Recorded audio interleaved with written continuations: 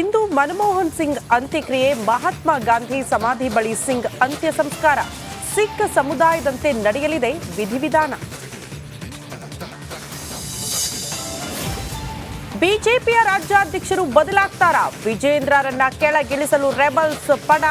ಕುಮಾರ್ ಬಂಗಾರಪ್ಪ ನಿವಾಸದಲ್ಲಿ ಮತ್ತೆ high voltage meeting.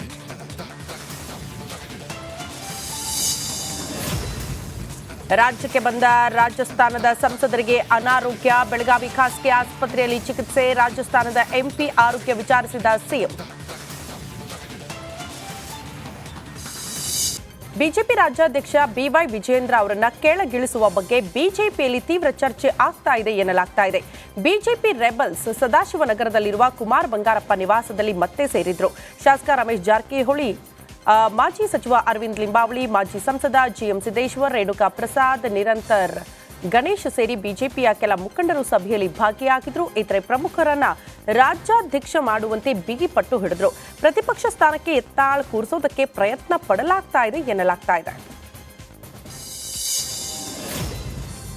ಬೆಳಗಾವಿಯ ಕಾಂಗ್ರೆಸ್ ಅಧಿವೇಶನದಲ್ಲಿ ಪಾಲ್ಗೊಳ್ಳುವುದಕ್ಕೆ ಆಗಮಿಸಿದ್ದ ರಾಜಸ್ಥಾನದ ರಾಜ್ಯಸಭೆ ಸದಸ್ಯರಿಗೆ ಅನಾರೋಗ್ಯ ಕಾಣಿಸಿಕೊಂಡಿದ್ದು ಆಸ್ಪತ್ರೆಗೆ ದಾಖಲಾಗಿದ್ದರು.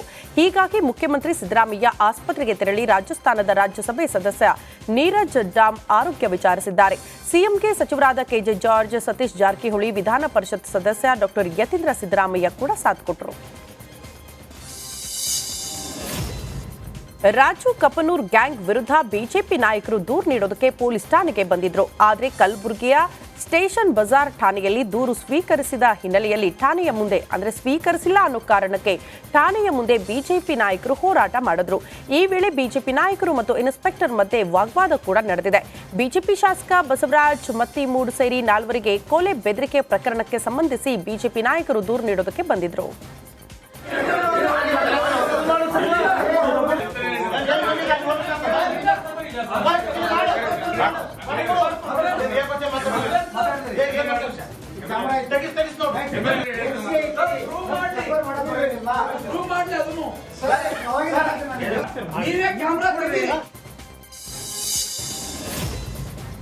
ಬೀದರ್ನಲ್ಲಿ ಯುವ ಗುತ್ತಿಗೆದಾರ ಸಚಿನ್ ಸೂಸೈಡ್ ಸುತ್ತ ಅನುಮಾನದ ಹುತ್ತ ಬೆಳೆದಿದೆ. ಈತ ಮಗನನ್ನ ಕಳೆದುಕೊಂಡು ಮನೆಯಲ್ಲಿ ಸೂತಕದ ಛಾಯೆ ಆವರಿಸಿದೆ. ಇಡೀ ಕುಟುಂಬಕ್ಕೆ ಆಸರೆಯಾಗಿದ್ದ ಸಚಿನ್ ಮನೆ ಪರಿಸ್ಥಿತಿ ತೀರಾ ಚಿಂತಾಜನಕವಾಗಿದೆ. 5 ಜನ ಹೆಣ್ಣು ಮಕ್ಕಳಿದ್ದಾರೆ. ತಂದೆ ಹಾಗೂ ತಾಯಿ ಇಬ್ಬರು ಅನಾರೋಗ್ಯದಿಂದ ಬಳಲುತ್ತಿದ್ದಾರೆ. ಇನ್ನು ಇರುವ 1 ಎಕರೆ ಕೃಷಿ ಭೂಮಿ ಮಾರಾಟ ಮಾಡಿ 2 ಹೆಣ್ಣು ಮಕ್ಕಳ ಮದುವೆ ಕೂಡ ಮಾಡಿದ್ದಾರೆ. ಇಡೀ ಪರಿವಾರಕ್ಕೆ ಆಸರೆಯಾಗಿದ್ದ ಸಚಿನ್ ಸಾವಿನಿಂದ ದಿಕ್ಕು ತೋಚದೆ ಕುಟುಂಬಸ್ಥರು ಕಂಗಾಲ